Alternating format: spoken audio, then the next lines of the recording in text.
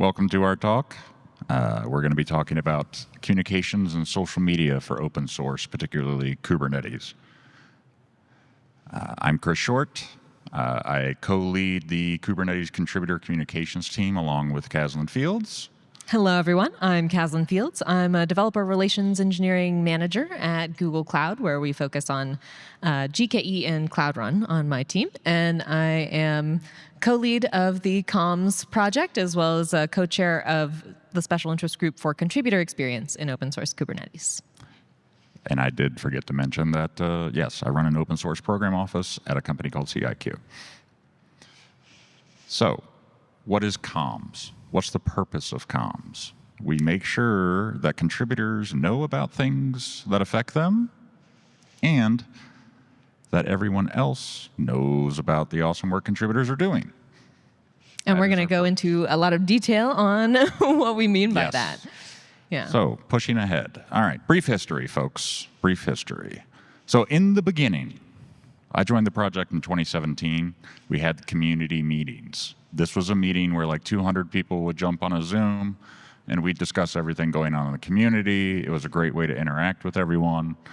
And, you know, it got so big once the project expanded that we couldn't do it synchronously anymore. We had to become asynchronous. And we made multiple attempts to make the community meeting work, and it just was hard. Yeah, when you're in a project where you can get everyone on one Zoom call, that's great, and you can all talk to each other. But once you get to a really large global community across time zones and with multiple SIGs and groups and so many different people, it's just really hard to get everyone on the same page about anything. Very much so. So, you know, we ultimately did away with the community meeting, but we didn't realize at that time that we were losing such a crucial communication channel. So, you know, Paris Pittman, good friend of ours, she actually started our group in 2019. And the idea was, we're going to tell people what's going on because we don't have another way of telling people other than mailing lists and Slack. And she called this idea the contributor marketing team. Yes. Not exactly the most glamorous term in general, but, you know, Paris and a handful of others launched the sub-project. We took ownership or created social media accounts, and we have grown to now, what, 7 accounts? 6 accounts? 6 accounts across including 4 platforms, I think. Yes. Including the like official Kubernetes channels on X and LinkedIn. But the word marketing is not something us technologists embrace easily or like flock to. Shocking. Yeah. Part of the reason that we used it originally is like we're trying to do internal marketing with contributors to make sure that they know about important things, and also as a way to try to recruit non-technical folks to the project, because this is a very welcoming space. Yeah. Like, get involved with social media, talk about what's happening in the project, learn about what's happening in the project. We really wanted to attract more not necessarily strongly technical contributors. Mm-hmm. But what we ended up seeing was just that the folks who were interested in contributing to Kubernetes and the people who were interested in the term marketing and being involved with something with the term marketing in it didn't overlap much. No. So it's not actually marketing. If you look at the comparison here, like, I'm not a marketing professional. I've had a job that had marketing in the title before, but that's about it, right? Like, I'm a systems admin from the 90s kind of thing, right? Like, I've evolved over the years. And the overlap is really social media, I feel like, between the two disparate groups of professional marketers versus non-professional community members. And going back to that slide for a minute, something I want to point out is an important aspect of marketing. I actually had a social media manager at Google give our folks some tips on how to run social media accounts. And one of the tips was make sure that you're engaging with the folks on the platform. Because when you're doing marketing for a large company or for a proprietary product, you want to curate an audience and curate a community around what you're building so that they're interested in it, involved in it, have a stake in it. But that's not what we're trying to do in contributor communications, actually. We're trying to mainly broadcast We want to make sure that we are putting messages in places where contributors hang out and also in places where end users are.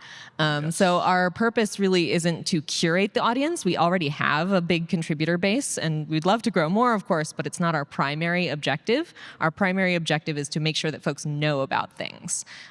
So we're not really doing a lot of interaction with the audience. We're just kind of broadcasting. And another big difference with proprietary marketing organizations is they might actually be paid. Right. Yes. We're all volunteer folks, really, to be honest. And most of our group is like students who are there, and then it's final season and they can't really help us out during that time, or there are holidays in certain parts of the world and they can't show up to meetings. So we've got to work with a inconsistently engaged group. So that makes interacting with the online community harder too. Yes. So, going back to the term marketing, we wound up changing the name in 2023 to the Kubernetes SIG Contributor Experience Contributor Communications Team. Long. It's a little long. We just call it Contributor Comms or Comms. So we learned that people in our profession, finding the right people is sometimes easier to do when you say it's contributor related than it is marketing adjacent. It was a valuable learning for making our team Yes. successful and sustainable. This is your slide, by the way. Yeah. So I wanted to talk a little bit about what we mean by scale when we talk about we got too big for the community meeting. This is some stats around how big Kubernetes is. These were pulled in July. So, it's been a couple of months since then. So, they've gone up even more. Bigger, yeah. But 96.7 thousand contributors with over 4.6 million contributions and 8,000 reviewers. And we're trying to get all of those people on the same page about things happening in the contributor community, not to mention the end users. Right. So we're talking about a very, very large audience. You can see here the trajectory from 2014 0 to today. This goes up to 2023 when we had almost 80,000 contributors. So it was a very steep curve for the increase in our audience. So what skills do you need to be part of the contributor comms team? Not much, right? Like if you have experience speaking at a meetup, great. That helps you learn how to interact with audiences, right? Like if you have experience with SEO, great. We need to know how best to write blogs and get engaging social media posts, that kind of thing. So calls to action, really important as far as that's regard. And an aspect of our team that I think a lot of folks are surprised that we handle is also the contributor website, kates.dev. So we have to think about SEO quite a bit with running the website as well as when we're writing blogs and things like that. If you know Hugo and Doxy, we're looking for help as always. I feel like every KubeCon North America I come and I work on the website to some degree. So always happy to have more folks contributing there. But, we're social media skills. I think everybody has some kind of skill in social media these days, and we can help you learn more if you want. Yeah, we have weekly meetings and we try to help folks, if you have an interest in this space, get to build those skills. So, we were automating. Let's talk about examples, Chris. Examples and use cases. So, in the beginning, I thought, well, we have all these blog posts that we send out. We have all these social media accounts. Let's glue that together and let's use RSS feeds and automate our social media posting for every blog that comes out. Perfect. Great idea. It scales. It works. We're just doing it. And we're, sharing information and knowledge about everything going on in the community. And, trying to clear up FUD and, other things. We created Spotlight blogs to highlight work happening in every SIG. So if you've seen a Spotlight blog, like, hey, SIG release, blah, blah, blah, right? Like that's part of our team. So going into a lesson learned, one day in late 2020, Dims, my good friend Dims, thank you, Dims, started this. If anybody remembers when the Docker shim was deprecated in Kubernetes, you may remember the small rumble across social media that occurred. Anytime you mentioned the word Docker and deprecated, people freak out. I'm just going to throw that out there right now. So why? Why did this happen? Like, we understood what Docker shim meant, but the world did not. It's a shim that allowed you to run the original Docker runtime engine containers from the early days of Docker. And we pulled that out, which made total sense at the time because of CRI and OCI and everything else there. The term was simple, but the problem was Docker deprecate. Did some research before the talk. There was hundreds of blog posts, thousands of social media messages about this. Multiple live streams, podcasts, and KubeCon talks came from this wonderful lesson learned the hard way. Yeah, so when we talk about communication skills, one of those skills is understanding when the contributor community knows one thing, but you're also communicating that to the end users, how they're going to interpret that differently with different audiences. And this was a case where the audience, the end user audience, interpreted it very differently from our typical contributor audience. Yes. So we needed different messaging to control the explosion. Yes, and it was quite the explosion. And it got explosive to the point where our good friend George Castro put out on Discourse a message about it. Like, hey, this isn't as big of a deal as you think, but here's the details. And which is great for contributors, but for Right. folks freaking out about it, that means nothing. it was like the people that were freaking out were not contributors or end users. They were just people building containers and using Kubernetes. So not necessarily community members either. Yeah. So yeah. But what happens when you tell people to do something or not to do something? They do it. So people freaked out. I get it. It's we learned a little bit about our audience in that journey. So everyone on the marketing team, as it was known back then, we all understood the layers, and there was awareness of Docker shim, and everybody kind of understood what was happening, and it wasn't a big deal. But Docker is a very ambiguous word. Are you talking about Docker Hub, Docker Desktop, Docker the CLI, Docker Swarm, Docker Compose? Just talking about containers in general. Right. Like, you could insert a word that is also used everywhere. People thought about Docker as a way to get to Kubernetes back then too. So, okay, you're deprecating Docker, which is my thing that I use to build containers that then run on my clusters. Oh boy, that my workflow is going to get blown up. And that obviously every developer and developer experience person freaked out in that very moment. But this was the first time a lot of people understood the container runtime interface, the Open Container Initiative, OCI. And for a lot of people, it was their first time even hearing about Containerd, which we all know and love, even if we don't work on the project because we use containers. So while this deprecation wasn't that exciting or interesting, we knew it had nothing to do with Kubernetes' abilities to run containers. Our audience didn't know that, and things exploded as a result. So because we knew all that background, it felt like just another day at the office, but for everyone else, it sounded like an explosion.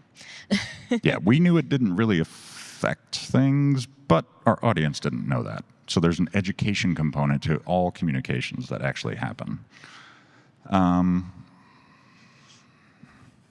But, we can write everything all the time, and Paris, in a group DM one time, told me, nobody reads, Chris. That was definitely the case here. Like, no one dived into the issue. No one really kind of thought, oh, that word shim must mean something. No one thought that.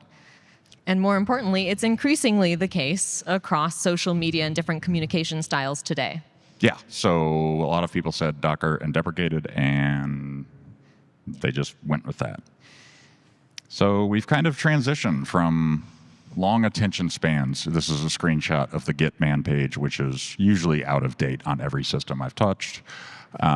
We've gone from reading those manuals to, okay, now here's Kubernetes in 60 seconds. So we have to get attention of a wide group of people that are used to learning things in bite-sized chunks. So long blog posts, things like issues and KEPs and conversations like that. Those are very in-depth and technical, not necessarily fast-moving. People don't even go to a website anymore sometimes. They just look on social media thinking it should have everything. And as one does, getting everyone on the same page was very hard.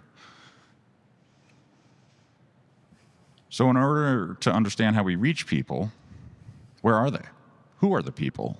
Why are the people there? That kind of stuff all matters. So we need to know what our audience looks like. Who are we communicating with? We have 3 wonderful groups of stakeholders. Yes. So we have our contributor community, of course, who need to know about things such as events, like we had Maintainer Summit here at KubeCon. They need to know that maintainer get-togethers are happening. They also need to know about project-related info, like when our code freeze is happening for releases, and sensitive communications about the community, like if a community member passes away, contributors will want to know about that. But these are all things that other folks outside of the contributor community may not necessarily want to know about, and we have a multifaceted audience. So when we talk about end users, they need a lot of general information about the project. What does Kubernetes do? What does this new feature do? How does it impact my day-to-day workflow as a user of Kubernetes? And both end users and maintainers and contributors need to know about things like patch releases, contributors perhaps because they're contributing to the patch release, and users because they're using them, and critical communications like security vulnerabilities. Contributors need to know so they can hop on those and fix them, and end users need to know so that they can also hop on them and fix them, but from a different perspective. Correct. And our focus initially was very contributor focused, and we realized that that wasn't good enough as a result of the Docker shim deprecation use case. Exactly. So let's talk about how we reach these different audiences. Mailing lists are great, but since attention spans have shortened, we need to reach people where they are, which is social media. We're finally getting to the point of the talk. You would think in social media world, the bigger the network, the more people we can reach, and the better it is. But that's not exactly the case for us. Yes, as you can see in this chart from Statista, the meta networks are the biggest networks. Let's just face it. How many people get their Kubernetes news on Facebook? Do you want your tech news? Yeah, do you want your tech news on Facebook or Instagram? Probably not, right? So we got to figure out where our people are. Yeah. And back then, they were, on X, some of the text-based platforms, not necessarily video or anything in super high speed. Yep. So it's important for us to consider what information people want from different platforms, as well as what the format of that platform is, because we also don't have people to dedicate to making a whole lot of images and videos to put on TikTok and Instagram. No. So here are some of the Kubernetes social media outlets and their sizes. So LinkedIn is our fastest growing platform. We had about 2,000 followers at the beginning of 2024. Yep. And today, 2 years later, we have over 17,000. That's an increase of about 700%. This is where we see a lot of people are going for their technical information these days. Yeah, I mean, there's like last KubeCon in Salt Lake City, there was a lot of people jumping on Blue Sky, and that's great because we already had a presence there, but that has kind of tapered off. The growth there has tapered off quite a bit. Yeah, we went from 0 to 6,000 over the course of like a month and a half. Yeah.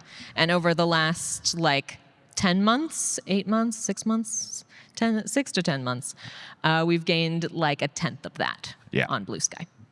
So, okay, fine. What does that actually mean? We have, 6 to 7 accounts. We have all these other communication channels as well, and bringing that all together, no, you don't bring it all together. You message independently on every single one. There's no centralization component to all these various things.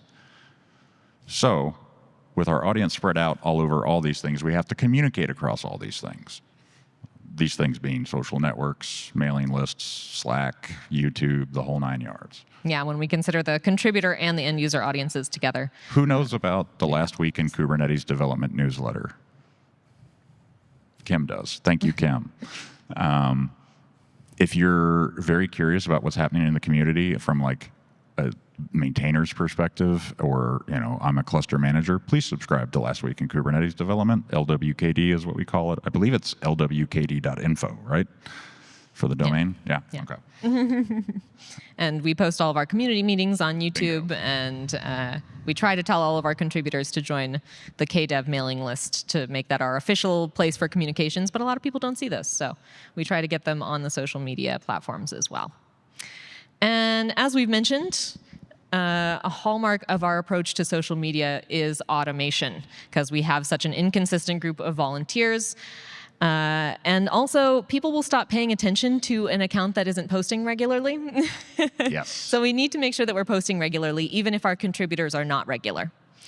Automation is the solution to this. So we have Zapier is our primary tool that we use for automating things. And like Chris was saying earlier, we take the RSS feeds from all of our blogs. We make sure that those are auto-posted. There's a few other messages, like we run new contributor orientation meetings once a month. So we have an automated message about that. Right. Oh boy. No one touched it and it broke.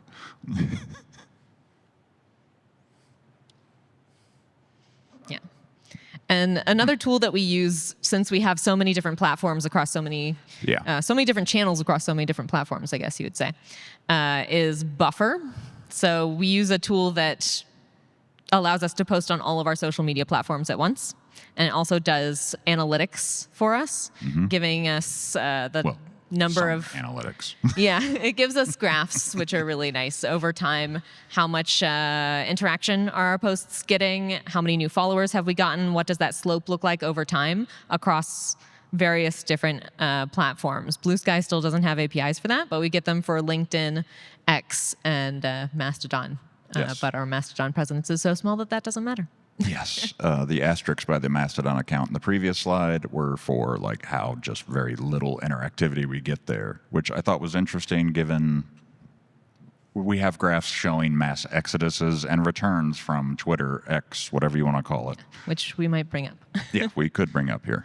So yeah, if you've ever watched a YouTube video of a community meeting or seen a social media post, it has gone through our automation pipeline. Like seriously, that's the whole pipeline.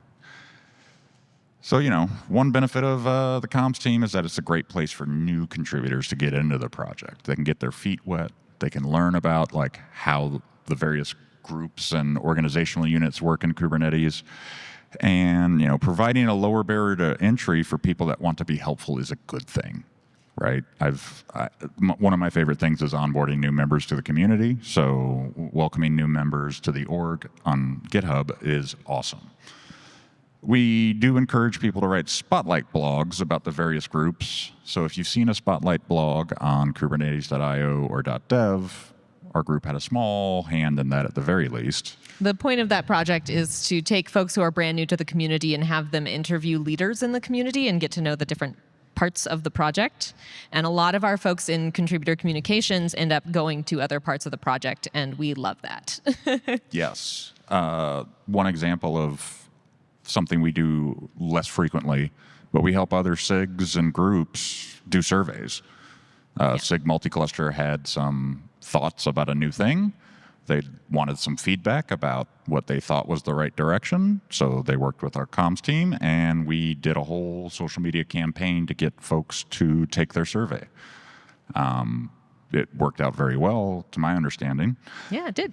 But, they were very happy. They got over 100 responses. Yes, I think like good responses, not just a response, but actual like pointed good responses. So if you need help communicating something to the community, and it's obviously all open source, we're happy to help.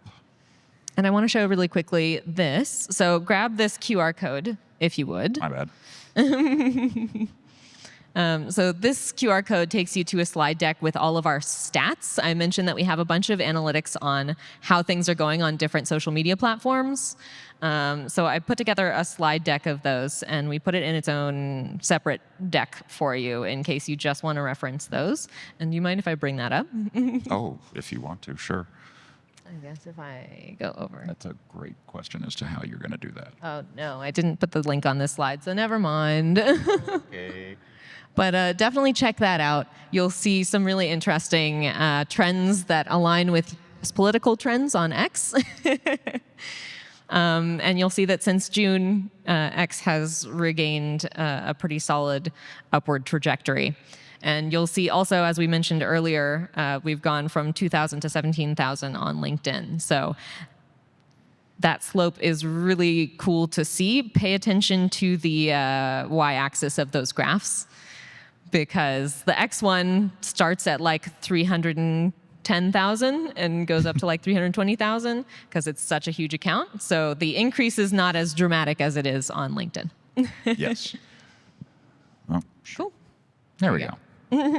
So coming back to the beginning, remember that our goal in communications is to make sure that contributors know about things that are going on that are important to them, and that everyone else knows about the awesome work that contributors are doing. We're not trying to increase the number of users of the project. We're not trying to increase the number of contributors to the project. We're just trying to keep everyone on the same page in a very, very large community. And this is something we've learned over time, right? We can't necessarily respond to every message on social media. That's just, for a group as small as ours, it's not possible. And so here are some additional resources. You've got that QR code with some really cool stats. If you ever want to join our groups, we run meetings every week, and we have a bunch of like guides on here's how you do communications on social media accounts. Here's how you put together blog posts for the community. Here are rules that you should think of to follow for sensitive and critical communications. We have all of that stuff documented on GitHub. And we have those in the links, which are on the PDF for this talk. Yes, precisely. On Sketch. Cool. So any last questions? We have just a couple minutes. Yes, we do. Yes. There's a mic next to you if you want to use it. Oh, yes. There's a mic in the Might as well. middle thing, or I can Hello. run in. Have you guys looked into any? I'll ask the obligatory AI question of like AI avatars or text-to-speech stuff for some of those short-form platforms. Like, what ethical or like workflow considerations have gone into those conversations? Not yet. One consideration for our team is, we're a part of the CNCF. So Buffer, the tool that we use to federate all of our social media accounts, is a paid thing. We have to pay like 150, I think it's less than that, per channel, so per account. Per year. Yeah. So the CNCF funds that. So everything that might require funding, like AI token generation, Yes. would have to go through a funding request for the CNCF. And that sounds like it would be hard to quantify. Yeah, so we are looking at, helping us generate potentially social media messages with an MCP based on our history of stuff we've done, because we have all that in Google Drive, thankfully. But even the Google Drive account is CNCF's. So we're not going to integrate a new feature as the first timer, right? Like, we'd have to get help with that. So, But like the bottleneck as it stands is on estimating like cost and ROI, not even necessarily like, oh, we don't want to do this, or we don't think this is valuable for the communities we serve. There's potential in that we'll have to investigate. We periodically have folks join in who are like, I want to run a video series, or I want to run TikTok, or I want to run a podcast. And we're like, you're not going to keep running that. You're going to disappear in 3 months. Yeah. right. So it would be one of those automation tools that we would create if we were going to do that regularly. And it would require some oversight, and it would require someone to want to oversee that. Awesome. Thank you. Yeah. Yeah, hello. Hi, my name is Yev with Backblaze. We are a cloud storage company, and I'm just now spinning up kind of a targeted community thing versus me doing it as a nights and weekends. One of the questions that I had, and you sort of answered it with Mastodon and Blue Sky. Our chief tech evangelist was really into those when they first came out, and I was like, okay, yeah, post to your heart's content, but it seemed to have tapered off. In your social following stats, on X, one of the things that I've identified is that there's just a lot of like bot traffic. So I wanted to ask you a slightly different question. I didn't see it in the graphs, but I'm sure it's in your dashboard. Are you seeing engagement like with your content in terms of like, I guess, actual replies or reshares, what have you, increasing at a similar clip, or is it It has been, yes. Yes. Okay. We have seen an increase in engagement, and because we don't engage with the engagement, Right. Like, as a rule, we don't see what the quality of that is as often, unless we just go and check it out ourselves. I do see myself when I go and check that stuff out that there is lower quality engagement from like bots and things. And on, can I just a quick follow up to one? You said the slides are on Sketch. How do I get there? Is Yes. that just in the sketch.co. Yeah, so if you go to the KubeCon NA website and you go to the schedule, I'll find it. if you look us up, yeah. Here's a life hack. KubeCon.io. It'll list all the current and upcoming Kubernetes events. Thank you. It's good. And on LinkedIn, when you like you're seeing kind of hyper growth there in the follower count as well. Are you leveraging like newsletters inside of LinkedIn or like the community spaces that they've built, or is it really just like this is our page, like we put stuff on it, like talk amongst yourselves in the comments? I'm curious about that. Yeah, it's more that style. We do regular posts, and when we do posts that we at least somewhat manually edit, we try to make sure that they are longer for LinkedIn versus the other social media sites. So we do try to cater it a little bit to LinkedIn, but we're not using a lot of the custom like capabilities of LinkedIn, like the long articles or the newsletters, because we need someone to oversee that project who's going to stick around. Yes, the biggest thing is consistency, right? Like, we have a hard time with people coming in and out of the project. So, yeah. Just to give you an idea, I pulled it up Buffer and just put it on the screen. Total follower account is great for the Kubernetes contributor account, but for Kubernetes.io, this is the dips and things we're talking about, right? Like the first dip, X being acquired or Twitter being acquired. Second dip, the US election. So we see growth on places that people have abandoned in the past, and I apologize for the scaling on this chart. So I just put last year. Hi, I'm with Open Drives, and I understand that the point of this presentation is more about the broadcasting aspect, but I'm curious if you've experimented with trying to create interactive communities using tools like Discord or something like that, and if you have, what happened? Yes, we have. The Kubernetes community has. The community has, in terms of, like smaller groups, we're more interested in broadcasting to the masses than small groups at the moment. But I can speak a little bit to the Discord. Yeah, go ahead. So for the Kubernetes project, we primarily use Slack as our asynchronous communication channel, and we have like a longstanding partnership with Slack. And if you go back to the news from June, you'll see some lovely drama on that.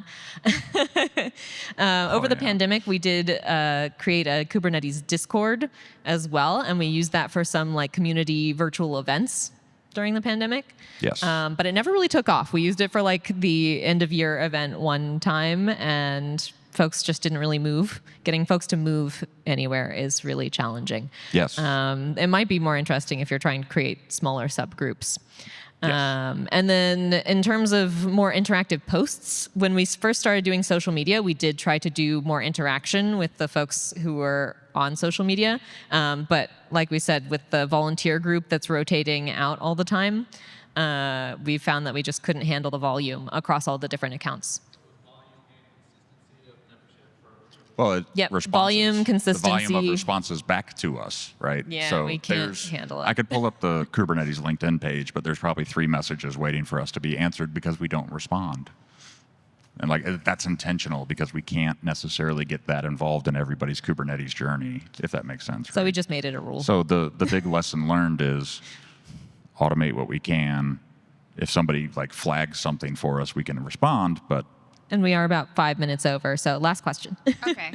How are you guys measuring the success for these communications? Is it like follower count? Is it, I know you're not after engagement, so how are you measuring? How do we measure success in comms? It varies depending on the project. It really does. So we mentioned earlier the SIG multi-cluster project. That was a specific project with a specific goal. So that's a really nice one to measure because it was like we were sharing a survey, how many people responded to the survey, what was the quality of the responses. On average, it still is kind of dependent on the project. We also post about like steering committee elections. Yes. How many people actually voted in the election. And as we're on like Slack and the other places that contributors hang out, where do we see that people found that information? And when people come to us and say, I didn't know about that thing, or like, where do you hang out? can we get in there? So a little bit of it is anecdotal. Some of it is by project. And then we have these stats, like you've seen here. If any of our accounts are not growing, like Mastodon, then we've got to think about, do we need to spend the money on having that account in buffer? And with X, when all of that We evaluate new platforms all the time. Yeah, especially we're when always there's evaluating. dips.